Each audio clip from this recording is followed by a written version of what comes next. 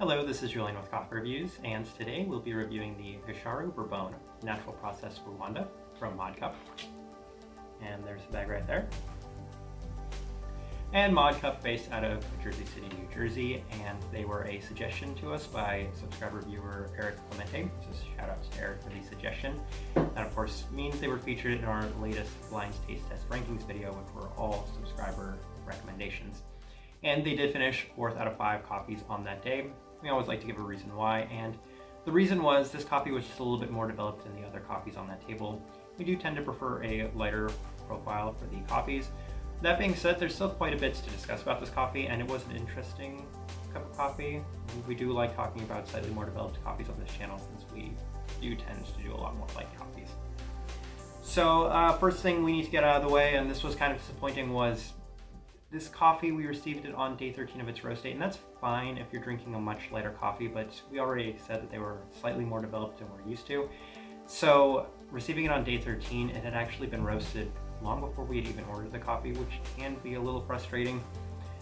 That being said, some positives I really wanted to highlight about this roaster is they do have a really impressive selection of offerings on their website, including several Panamanian geishas, and to keep things fair in the blind taste test, Panamanian geishas are our favorite coffee, and they were much more on the expensive side. We wanted something on an even and level playing field with the other coffees that we were drinking. So, pretty impressive selection on their website if you want to check them out. Probably something that might interest you. But with that out of the way, let's actually start discussing this coffee. This right here is day 21. And this one right here is actually brewed through the automatic coffee maker, as we probably should have tried that a little earlier. Just kind of got distracted working with the coffee itself, but the recipe we went with on this one was a 16.67 to 1 water to coffee ratio at 200 degrees Fahrenheit brewed through the Chemex. And we're going to call this a medium American for the roast profile because it's a little closer to, say, Ruby than it might be to a lot of the medium light American coffees that we drink. So with that out of the way, let's start discussing this coffee. Again, day 13 was the first day we got it, and we did speed run through this coffee given we didn't have too much time to work with it. And first impression, a little roasty, but we felt that there was definitely some potential in there as well.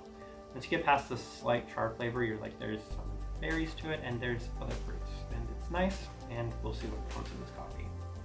Day 14, again, combination of red berries, classic coffee strawberry taste, and people that drink a lot of coffees that have these strawberry flavor notes know exactly what we're referencing when we say that, because there's a distinct coffee strawberry note as opposed to like a natural strawberry that you taste. Slightly more artificial, a raspberry seed, and some lingering chocolate in the cup as well.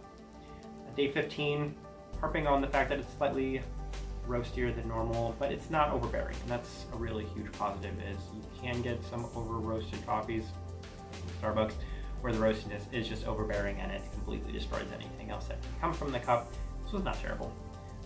Chocolate in abundance as well. Really consistent coffee. Continuing on day 16, fruits in the coffee were actually quite prominent, and that's something you got to give them huge credit for. Decent cup of coffee for being more developed. Strong red berries balanced out by the roastiness. It was a pretty delicate but nice balance. Not delicate in the sense that it was a delicate cup, but a delicate balance of not being too overly roasted, but also keeping those fruits tame enough that they're not the overbearing fruits. Having lowered the temperature to 200 degrees where we found it the best, it definitely helped improve the coffee. Reduced quite a bit of the bitterness while emphasizing the lovely berry notes in the coffee. And day 19, slight roastiness is definitely inescapable. No matter how you work through this coffee, it's going to be there, but the really nice sweetness from those berries and the fruits, and there's some other hidden fruits. They describe it as kiwi. I could definitely see kiwi. It's in that cup of coffee. It's just not quite going to be as prominent as those three things. Slight bit of this we'll call smokiness, berry fruit, as well as the chocolate. So, all right, let's go ahead and put up the tasting wheel so you can see what we're getting. One thing that will jump out, of course, is the body.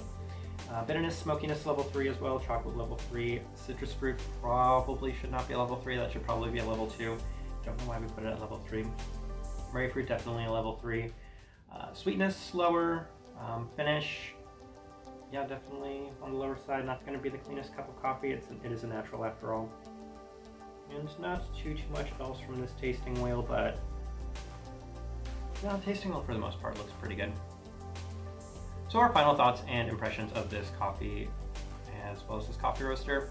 Truth be told, it does go without saying that we definitely prefer the lighter. We've kind of harped on that, but as with our Ruby review, there can be a lot of beauty in medium profiled coffees. And there was quite a bit of beauty in this. It's never going to be our first choice, and especially since we were looking for something a little on the fruitier side, and this one was a little on the fruitier side. But it did strike terrific balance between the roastiness as well as the fruitiness. So we actually got to give them credit for probably overachieving our expectations, especially considering the first time we tried it, weren't the biggest fan. It did grow on us working with this coffee. It definitely grew on us, and it did get better. And it would be interesting to try something else from them and see if they might have something that they identify as a little lighter, because yeah, the medium profile on this, if they're going for a medium, they did well. If they're going for something that's a little bit more in comparison with a lot of the more modern coffees, then it's kind of a tougher sell, truth be told. But the type of person we would suggest this coffee to is definitely somebody that does enjoy something a little bit, ever so slightly more developed, but is also looking for the fruits, because this has a nice balance. And we emphasize that nonstop in this review because it was a really good balance, and we're not going to sugarcoat that part of this coffee review, because give them credit where credit is due, and even if it's not our favorite cup of coffee, there are times where coffee roasters do some really nice things, and that's the case with this specific coffee. But we're going to leave it at that. If you have by chance tried anything from Modcup, we'd love to know your thoughts and opinions of them as well, as yeah, we really don't know anything about this coffee roaster other than this one coffee we've tried. If you're enjoying the content, give this video a like and subscribe if you're not already subscribed. This right here has been a review of the Gasharu Bourbon Natural Processed Rwanda from Modcup.